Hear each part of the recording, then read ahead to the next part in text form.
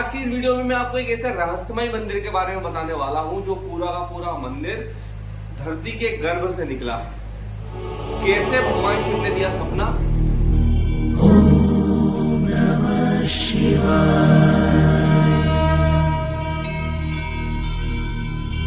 ओम नमः शिवाय।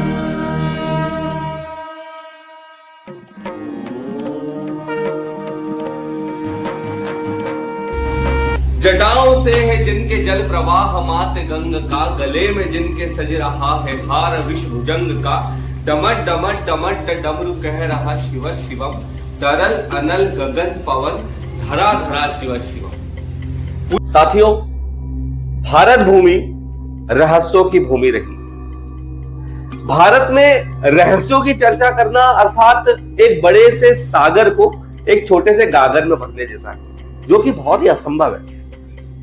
कई सारे चमत्कार, कई सारी शक्तियां इस धरती पर विद्यमान है।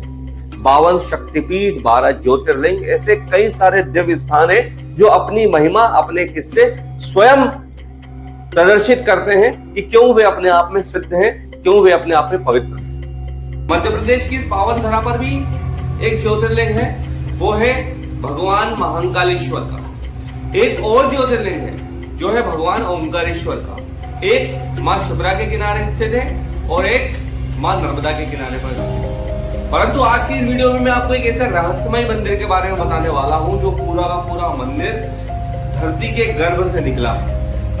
कैसे भगवान शिव ने दिया सपना, सपने के बाद में जब खुदाई की गई तो निकला मंदिर, और जब मूर्ति को निकालने की कोशिश की गई तो अनंत गहराई पर खोदने के बाद भी शिवलिंग का छोर नहीं मिला।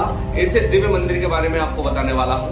आप बने रहिए मेरे इस वीडियो में एंड तक। पहले मेरे इस चैनल को सब्सक्राइब करें, लाइक करें, शेयर करें और देखते रहे इस वीडियो को। तो आइए हम एक एक करके पूरी कड़ियां जोड़ते हैं और मैं आपको बताने वाला हूं कि कैसे धरती के गर्भ से एक मंदिर निकला।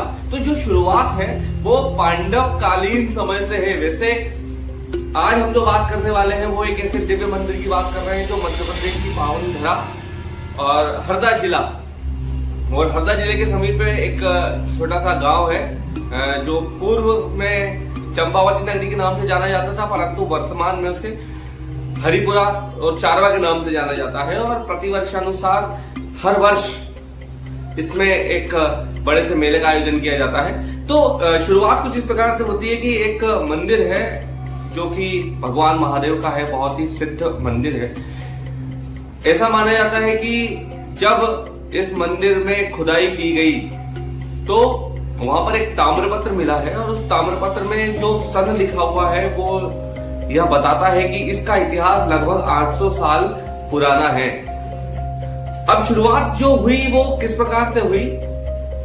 उसी गांव में एक सोनी परिवार रहता था। तो उस सोनी परिवार के एक वृद्ध, एक बुजुर्ग को भगवान महादेव ने स्वप्न दिया और कहा कि बहुत वर्षों से मेरा ये दिव्य स्थान, यहाँ पर एक बहुत बड़ा टीला हुआ करता था, एक छोटा सा पहाड़ जैसा हुआ करता था, इसमें है, आप इसमें खुदाई करवाएं और जब आप इसमें खुदाई करवाओगे तो एक मंदिर निकलेगा।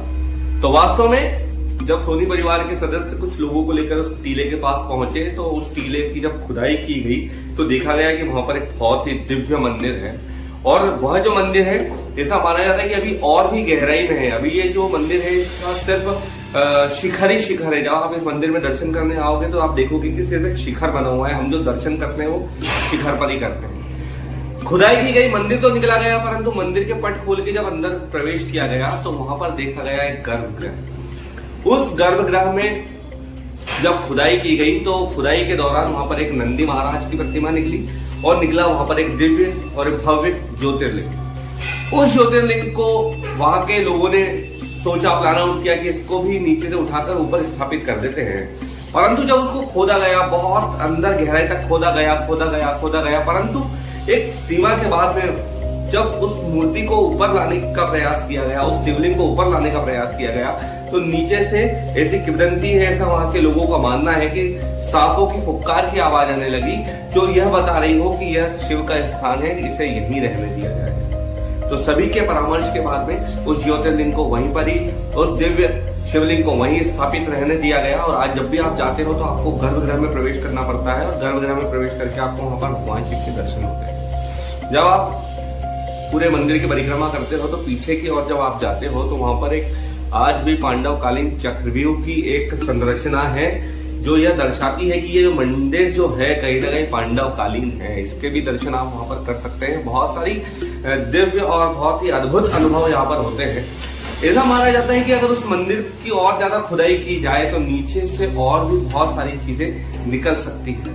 आज माना जाता है कि उसी के समीप शिव का मंदिर तो है, परंतु आज भी कभी कभार वहां के आम नागरिकों को या वहां के पंडितों महंतों को घंटियों की आवाज सुनाई दी जाती है। ऐसा माना जाता है कि वहां पर शिव तो है, वहां पर शक्ति का मंदिर भी है, शक्ति का मंदिर भी वहां पर विराजमान है। और वहां पर जितनी भी आप चीजें देखोगे सब बहुत ही दिव्य और बहुत ही अद्भुत है। वहां पर मंदिर के जस्ट पीछे एक गुफा है जो नदी के नीचे से होते हुए, समीप में एक नदी प्रवाहित होती है, बहुत ही दिव्य स्थान है। तो जब आप उस गुफा में से नीचे, पहले जब राजा महाराजा हुआ करते थे तो मकड़ई तक वो जुड़ी हुई है। पहले गोंडवाना रियासत हुआ करती थी, तो गोंडवाना रियासत का जो मकड़ई स्टेट है, वहां का जो किला है, ये गुफा ऐसा माना जाता है कि वहां पर निकलती थी। वहां के राजा महाराजा यहाँ पर दर्शन करने के लिए आया करते थे। बहुत ही सिद्ध स्थान है, कई चमत्कारों से भरी हुई ये भूमि है, तपोभूमि है, सिद्ध भूमि है, भगवान महादेव की भूमि है। वहां पर एक यंत्र है, ऐसा माना जाता है कि यदि कोई प्रेग्नेंट लेडी है और उस यंत्र पर बैठ के वहां का जलपान अगर कोई करता है भगवान शिव का, तो उसको जो डिलीवरी होने वाली होती है वो बहुत ही नॉर्मल कंडीशन में होती है, किसी प्रकार का पेन नहीं होता। और कई सारे अद्भुत चमत्कारों को अपने गर्भ में समाये हुए ये मंदिर है। ये मध्य प्रदेश की धरती हरदा जिला और हरदा जिले के समीप एक ग्राम चारवा है, वहां का ये दिव्य स्थान है। आप सभी से आग्रह करूंगा कि इस मंदिर पर आप अवश्य पधारें। और पहली, भगवान सूर्य यहाँ पर अभिषेक करने के लिए आते हैं, और दूसरा, भारत का एकमात्र ऐसा शिव मंदिर है जहां पर संस्कृत में आरती होती है। यहां पर मेले का क्या है रहस्य, वो मैं आपको बताने वाला हूं। तो आइए शुरू करते हैं। पहली बात, जब यह मंदिर का निर्माण हुआ लगभग सैकड़ों साल पहले, तो जिसने भी इस मंदिर को बनाया उसका आर्किटेक्चर इतना शानदार तरीके से बनाया गया है कि जून के माह में भगवान सूर्य सीधा शिवलिंग के सम्मुख होते हैं और सूर्य की जो किरणें होती है वो सीधा उस मंदिर के केंद्र से होते हुए भगवान शिव के शिवलिंग पर पहुंचती है। और ऐसा प्रतीत होता है, ऐसा प्रदर्शित होता है मानो भगवान सूर्य स्वयं गुप्तेश्वर भगवान का अभिषेक करने के लिए वहां पर पधारे हो। ये नक्काशी, ये आर्किटेक्चर अपने आप में अद्भुत है, अपने आप में अकल्पनीय है, अपने आप में अविश्वसनीय है। इसीलिए कहा जाता है इनक्रेडिबल इंडिया। दूसरी बात अगर करें तो भारतवर्ष में जितने भी शिव मंदिर हैं, वहां पर जो भी आरतियां होती है वो जय शिव ओंकारा होती है। अर्थात यहाँ पर तीनों देवों की प्रार्थना की जाती है, ब्रह्मा, विष्णु और महेश।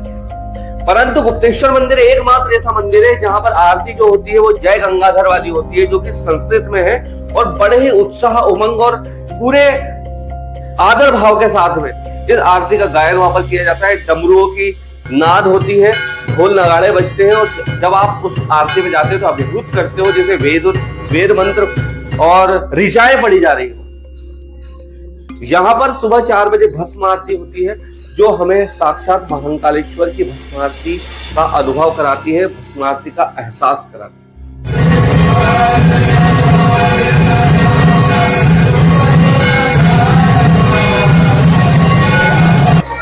यहाँ पर हर वर्ष माह शिवरात्रि से होली तक एक मेले का आयोजन किया जाता है। ये पूरे क्षेत्र का बहुत ही बड़ा मेला होता है। यहाँ पर हजारों लाखों की संख्या में श्रद्धालु आते हैं, भगवान शिव पर जल अर्पित करते हैं, उनका आशीर्वाद प्राप्त करते हैं, और जो भी मनोकामना मांगते हैं वो साक्षात होती है, पूर्ण होती है, और वो सिद्धियां उनको प्राप्त होती ही है।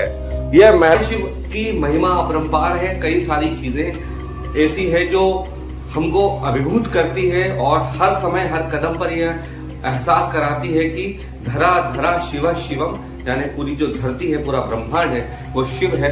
आप सभी यहाँ पर इस मंदिर में पधारें, दर्शन करें, और निश्चित ही आपके सारे मनोरथ पूर्ण होंगे। मैं आपको ऐसा विश्वास दिलाता हूँ। बहुत बहुत धन्यवाद, आपने मेरे इस वीडियो को देखा। इस चैनल को सब्सक्राइब करें, शेयर करें, और ज्यादा से ज्यादा लोगों तक इस वीडियो को पहुंचाएं, ताकि भगवान शिव की असीम कृपा आप सभी पर बनी रहे। बहुत बहुत धन्यवाद। हर हर महादेव।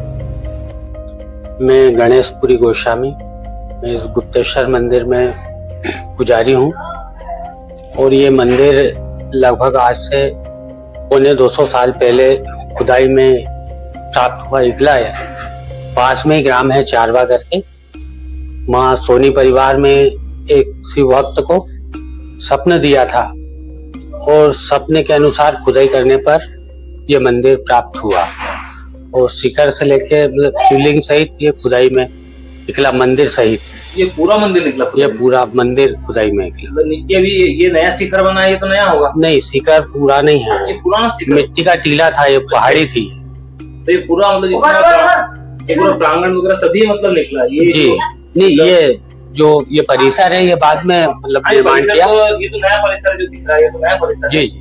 लेकिन जो मंदिर बाकी वो जैसे गर्भगृह में उतरते हैं, वहाँ पे जो नंदीगण बैठे हैं, वहाँ से लेके नीचे गर्भगृह तक, ऊपर शिखर सहित तक, अच्छा, ये खुदाई में निकला। और साथ ही पीछे जो चक्रव्यूह है, चक्रव्यूह भी खुदाई में निकला। उस चक्रव्यूह की विशेषता क्या है? चक्रव्यूह ऐसा बताते हैं विद्वान लोग कि ये महाभारत कालीन चक्रव्यूह है, उसकी रचना है ये। अच्छा, ये पहले का ही है? जी, मतलब महाभारत कालीन है। जी। और मतलब कि अभी 2 साल पहले ये मंदिर के सामने भूमि का समतल किया गया था। अच्छा। तो उसमें जेवीसी द्वारा हुआ था वो, तो उसमें 2 ताम्र पत्र निकले थे। ताम्र पत्र? जी। तो वो ताम्र पत्र में जो संबंध डला हुआ है, तो उसके हिसाब से 800 साल पहले भी ये मंदिर था। अच्छा, उस ताम्र पत्र के अनुसार 800 वर्ष पूर्व? जी। तो ताम्र पत्र भी है मंदिर में कहीं? जी रखे हुए? जी है। देख सकते हैं उनको? नहीं, अभी वो थोड़ा से वो सफाई करने के लिए गए हुए हैं। अच्छा। तो ये बहुत मतलब सिद्ध मंदिर है, बहुत जो भी यहाँ पे मतलब की श्रद्धा से आता है और जो अपनी इच्छा रखता है भगवान के सामने, वो पूरी होती है। दूर दूर से लोग आते हैं, कई जिलों से लोग आते हैं, दूर दूर से, अलग अलग जिलों से आते हैं। हाँ, तो पूरा दिन को जानकारी रहती है? हाँ, वो आते हैं जी। और महाशिवरात्रि पे यहाँ पे 1 महीने का मेला भरता है। अच्छा। सभी प्रकार की दुकानें आती है शिवरात्रि पर? जी जी, 1 महीने चलता है। सावन में भी 1 महीने यहाँ पे। Om Namah Shivaya।